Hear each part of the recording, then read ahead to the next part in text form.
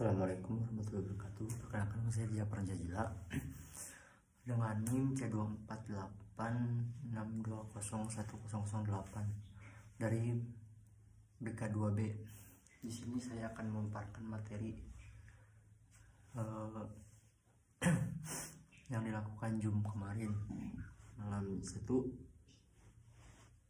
Topik 1, sistem informasi manajemen atau bisa juga disebut SIM. Poin-poin penting: pengertian SIM, kumpulan SIM, sistem informasi yang menyediakan informasi kepada manajemen dalam pengambilan keputusan.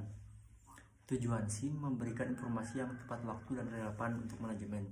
Fungsi SIM yaitu: 1. Mengumpulkan data dari berbagai sumber. 2. Mengelola dan menyimpan data. 3. Menyediakan informasi untuk keperluan. Manajerial. Karakteristik SIM: 1. Terpadu, akurat, fleksibel, dan efisien. Ada juga manfaat SIM: mendukung proses pengambilan keputusan, meningkatkan produktivitas dan efisien organisasi. Topik kedua adalah komponen sistem informasi. Poin-poin pentingnya: komponen utama: 1. Perangkat keras atau hardware, komputer, printer, scanner. 2.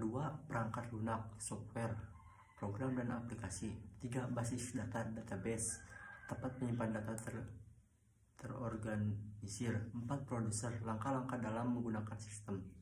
Dan yang kelima, manusia, brainware, menggunakan sistem informasi.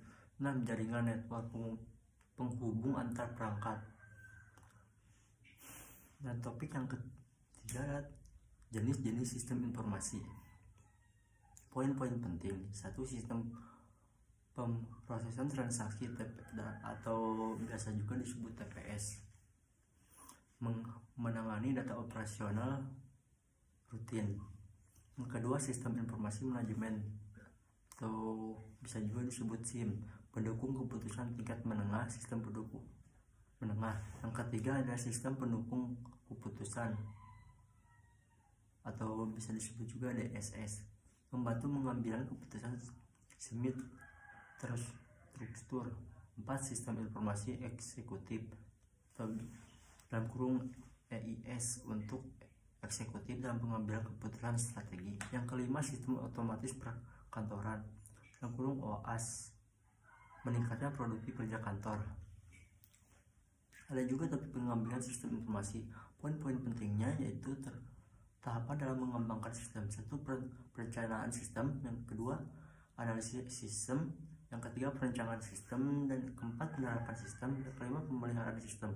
Pengembangan bisa dilakukan secara internal, outsourcing, atau pembelian dari vendor.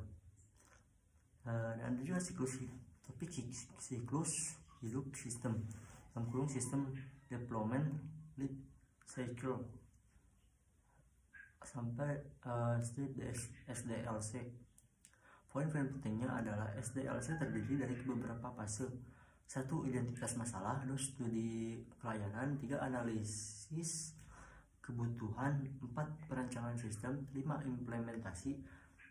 5 implementasi. 4. Pengujian dan evaluasi. 7. Pemeliharaan. Tujuan SDLC adalah menghasilkan sistem informasi yang efektif dan efisien.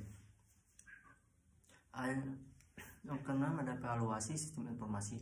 Poin-poin penting: evaluasi dilakukan untuk mengetahui apakah sistem berjalan sesuai tujuan. Faktor yang dievaluasi: efektivitas dan kepuasan penggunaan. Teknik evaluasi: wawancara, kuesioner, observasi, dan dokumentasi. Dan materi ke-7 adalah poin-poin keamanan sistem informasi. Poin-poin pentingnya yaitu tujuan keamanan: menjaga kerahasiaan, integritas, dan ketersediaan data. Ancaman terhadap sistem informasi: malware, hacker, kesalahan manusia, bencana alam. Upaya pengamanan: freeware, enkripsi, backup, pelatihan pengguna.